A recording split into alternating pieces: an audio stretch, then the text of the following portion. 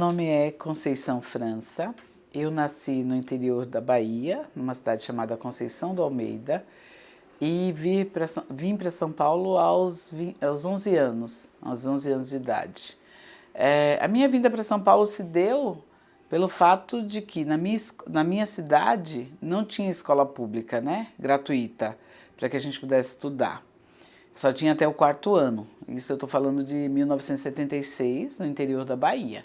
E a minha mãe, ela era uma pessoa muito à frente do tempo dela, uma mulher guerreira, empoderada, e ela queria que todos os filhos estudassem. A minha tia veio para São Paulo e ela me mandou com a minha tia para vir para cá, para estudar. E antes de eu sair de lá, ela disse, eu quero ter uma filha formada. Ela disse para minha tia, quando a minha tia embarcou no ônibus, ela falou para minha tia, Júlia, você só vai me devolver Maria, que é o meu primeiro nome, formada. E assim se fez, né? Eu vim para São Paulo, a minha tia me matriculou na escola, eu tive muitos problemas na escola por conta da discriminação, né, do não entendimento, das dificuldades de aprendizado, muitas vezes, não por incompetência minha, mas pelo fato de vir de uma outra realidade, né, de vir de um outro lugar. E quem vem do Nordeste, quem vem da Bahia, né, vem de uma outra concepção de mundo, né? Eu vinha de uma cidade muito pequena, onde o núcleo familiar era muito próximo, né? A nossa cidade era praticamente um quilombo, onde a gente vivia junto, compartilhava, tinha toda uma solidariedade. E aí, de repente, eu viajei 3 dias, né, de ônibus e cheguei aqui em São Paulo. Então, para uma criança aos 11 anos de idade que vem de uma realidade, chega aqui, então é um choque, né? Mas eu sempre tive a minha mãe como foco, a minha mãe como modelo, a minha mãe como uma pessoa que estava sempre por trás, né? Ela estava lá na Bahia, ela me escrevia as cartas, ela me empoderava através das cartas que ela me mandava e ela falava, minha filha, eu sei que a vida na cidade grande ela não é fácil, mas eu acredito em você, eu sei que você é capaz. Então foi essa mãe, esse pai, essa família, esse ser nordestino, esse ser baiano, essa descendência africana, essa ancestralidade, tudo isso que me moveu. E eu tô me arrepiando aqui, porque eu falando da ancestralidade, né, vai arrepiando mesmo. Então foi todas essas forças que me moveram, que me guiaram, que me orientaram, que me deram força nos momentos, né, onde os problemas ou as dificuldades apareceram.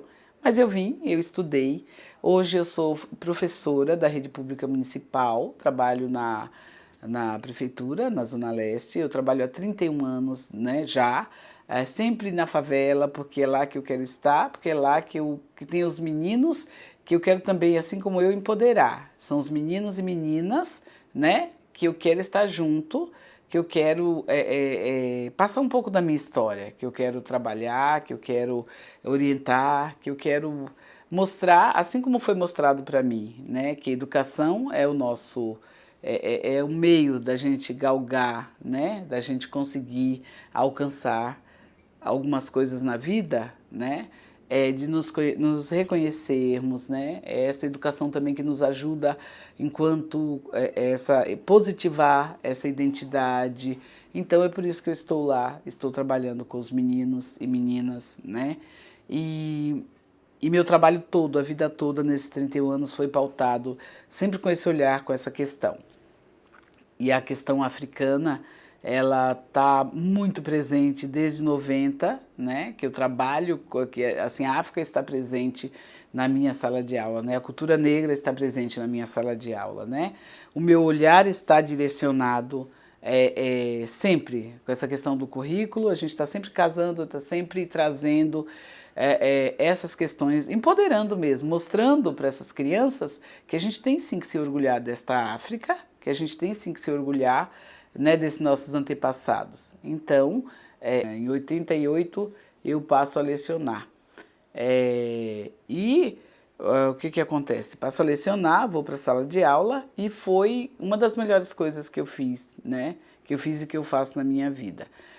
Em relação aos meus estudos, anos depois, eu fiz a sociologia, né, na Escola de Sociologia e Política, depois eu fiz história, né, complementei na história, fiz pedagogia e o meu mestrado foi em educação matemática, né? Vocês vejam que eu sou uma pessoa bem assim, eu gosto de caminhar, de passear, conhecimento nunca é demais, né? A gente tem que ter conhecimento, a gente tem que ir à busca, né? A gente tem que lutar, não é simples nem fácil, mas eu pude contar com pessoas na minha vida, né, que me ajudaram, que me deram a mão, né, que é o nosso lema mesmo, né, a gente sobe um degrau, a gente tem que pegar na mão de alguém e também possa subir um degrau conosco, tá?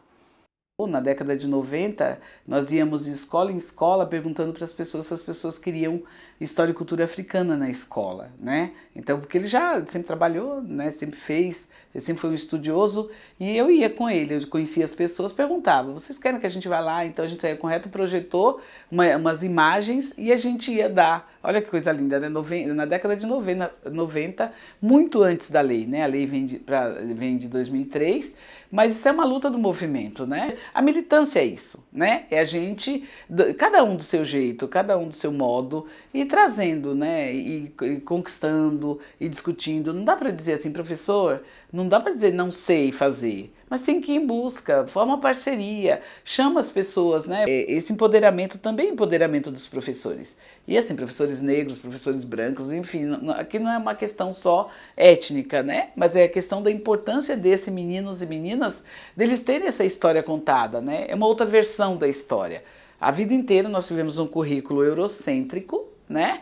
Um currículo onde só tinha um olhar, né? Aquele olhar europeu, onde só tinha uma versão da história. Hoje nós podemos, felizmente, recontar essa história e com o nosso protagonismo, né? Com o protagonismo da população negra. Então isso é importante. E alguém que é importante nessa caminhada é o professor. O professor precisa decidir qual é a educação, né, que ele quer contemplar os alunos dele, né? Então, diante desse conjunto de situações, desse empoderamento, desse pertencimento, desse currículo voltado também às questões étnicas, eu resolvi, num mestrado, trabalhar com etnomatemática, né? Eu trabalho com etnomatemática e aí as pessoas me perguntam, Conceição, por que a matemática, né? Aí eu falo, porque segundo as pesquisas, os estudos, as crianças, principalmente crianças oriundas de famílias, né, socialmente menos favorecidas, negras, afrodescendentes, elas aparecem sempre com um resultado muito ruim, né? Muito ruim. E também há, dentro da sociedade, a ideia de que nós negros não somos capazes para a matemática, né? Então, né? Porque quando você discute algo que é aprofundado, quando você aprofunda no conhecimento, quando você sabe, quando você foi lá, você viu, você pesquisou, você estudou, tudo bem, mas é difícil quando você fica repetindo, né, o que o senso comum diz. Então, a autoestima dessas crianças de periferia, elas muitas vezes ela é muito baixa porque ela vai para a escola, o rendimento dela na área das exatas, da física, da química, da matemática, ela é muito ruim e isso desestimula também, né? E aí parece que é algo que já é pré-determinado, né? Assim, olha, não vai aprender mesmo, não sabe e acabou. Então, essa era uma inquietação que eu tinha, né? Mas assim, em 2012 para 2013, eu conheci a professora Eliane Costa Santos, que ela trabalha com etnomatemática e os tecidos africanos de Gana, né? E ela me convidou para fazer a sequência didática do doutorado dela. Ela fazia doutorado na USP e ela precisava de uma professora que fizesse a sequência didática para validar a pesquisa dela. A Eliane entrou em contato comigo e eu fiz a sequência, né, com os meus alunos na época do 5º ano. Quando nós terminamos a sequência, as crianças estavam maravilhadas, porque eles diziam assim, professora, nem parece que a gente está aprendendo matemática, é muito legal. E isso para mim foi maravilhoso. E eu queria trabalhar aí dentro da etnomatemática. O que trabalhar, né? Porque a etno ela tem a ver com a cultura. Você pode trabalhar com esse olhar dentro da cultura em qualquer aspecto. Dentro da escola você pode trabalhar, você pode desenvolver um trabalho com a questão da etno, né? E aí o que acontece? Como a minha inquietação era a matemática, né? Só que a matemática é um campo muito grande, muito vasto, muito amplo, né? Eu trabalho com as séries iniciais, sempre trabalhei com as séries iniciais. E eu pensei, então, trabalhar com recorte na geometria, porque também, segundo pesquisas, é algo que as crianças apresentam muita dificuldade. Uma porque, às vezes, o livro didático só traz, ou trazia lá no final do capítulo, né? E às vezes passava o ano inteiro e não tinha esse olhar para a geometria, nem a simetria, nem, né, conhecimentos dentro dessa área. E às vezes o professor também acabava deixando para depois, né? E a gente tem visto aí nas pesquisas, os teóricos dizem que quanto mais cedo uma criança tem contato com a questão racial, com a questão da matemática, com a questão dos conhecimentos matemáticos e principalmente com a geometria, ela vai desenvolver favoravelmente o cognitivo, né? Ela vai ter noção de espaço, ela vai ter noção de lateralidade, ela vai ter ampliar esse campo do conhecimento. Então a matemática ela está presente em todas as áreas do conhecimento, né? Você consegue fazer uma interdisciplinaridade com esse olhar, trabalhando uma questão dentro dos conhecimentos do currículo da matemática, e você consegue fazer essa interdisciplinaridade, né? Dentro desse contexto todo, eu conheço a professora Olga, né, que é uma professora de Cabo Verde, e a professora Olga tinha um trabalho maravilhoso com essa questão da simetria, da geometria, que era o que eu queria trabalhar, e o tecido africano, né, lá de Cabo Verde, que é o chamado pano da terra, que é este tecido daqui, né, esse é um tecido, assim, o objeto de estudo dela, né, e que depois passou a ser o meu, foi este pano, chamado pano da terra. Este é de Cabo Verde, né, que esse pano ele tem padrões geométricos, né? Ele tem padrões geométricos e este daqui, que está aqui, essa manta, esse tecido ele é também o chamado pano da terra, mas esse é da Guiné-Bissau, tá? Então o pano da terra ele tem em Guiné-Bissau e tem em Cabo Verde. O nosso foco, nós trabalhamos especificamente com os panos da terra de Cabo Verde. A gente desenvolve um trabalho com as crianças, trabalhando os padrões, né? Que o que são os padrões? Essa repetição, essa sequência, né? De formas geométricas, de estruturas geométricas, que à medida que você vai desenvolvendo esse trabalho com os alunos, eles vai trabalhando toda uma questão cognitiva. Tem também a questão da cultura, porque como é que isso acontece? Eu não chego simplesmente para o meu aluno e apresento, olha, esse daqui é o pano da terra de Cabo Verde, ele é um pano milenar. Segundo Antônio Carreiras, esse tecido, no século XVI e XVII, foi moeda de troca, né? Então, ou seja, era um tecido que era utilizado, inclusive para a compra, né, de terras, de escravizados, para melhorar o poder aquisitivo. Este é um pano que ele se via a realeza, né? Este é um pano que, assim, tradicionalmente teve um significado, historicamente, tradicionalmente, um significado muito grande para o povo africano, especificamente de Cabo Verde e Guiné-Bissau, tá? E, além disso, o pano, ele é feito por artesãos, né? São tecelões que pegam tear e ele vai tecendo. Mas assim, no primeiro momento, ele era tecido com algodão, e a única tinta que eles tinham para atingir o tecido era o anil. Então, no primeiro momento, eles iam tecendo, e à medida que eles vão tecendo, eles vão trazendo essa questão cultural, as formas geométricas, né, do tecido. Então, tá vendo? Vai criando os padrões, que são, tem vários. Os padrões são 28, tá? Onde a gente faz essa transposição didática, né, do tecido para o papel quadriculado, e aí é nesse momento que a gente vai trabalhando o conceito de geometria, simetria e é onde se aplica, né? Então, o que acontece? Esse pano, ele como eu disse, historicamente, né? Hoje ele é só utilizado como decoração, mas tem um grande conhecimento histórico envolvido no tecido, né? Tanto a gente trabalha a questão com o tear, então eu vou para a sala de aula, eu vou mostrar para o menino o que é o tear, eu vou falar sobre a cultura de Cabo Verde, né? Cabo Verde é um entreposto onde na época da colonização, os africanos vinham, eram trazidos, chegavam, ficavam em Cabo Verde, e de Cabo Verde para cá, eles eram trazidos, né, nos navios negreiros, enfim. Então, Cabo Verde tem uma cultura rica também, né? De vários povos também que ali ficaram. Então eu vou trazendo toda uma questão de contextualização. Eu falo sobre a cultura cabo-verdiana, eu falo sobre a cultura africana, eu falo sobre o que a gente tem hoje aqui como produtos, por exemplo, a cana que a gente utiliza veio lá de Cabo Verde, né? As primeiras mudas vêm de Cabo Verde, então outros produtos também, ou seja, é um universo de conhecimento que a gente vai trazendo para a sala de aula, né? Vai fazendo esse diálogo entre Brasil, entre África, né? A gente tem lá sempre, que é muito extremamente importante, eu falo isso sempre, um mapa da África na sala de aula. Todo professor tem que ter um mapa da África e um mapa mundi na sala de aula, porque no momento que você está conversando, você está explicando para o seu aluno, é importante que você aponte no mapa de que região, de que lugar que você está falando. Por que a gente diz isso e chama atenção? Porque hoje, infelizmente, muitas crianças, muitos jovens têm muita informação midiática, né? E muitas vezes a pressa da mídia, ela não traz detalhadamente algumas questões, mas só trazem a questão sempre dos animais selvagens, né?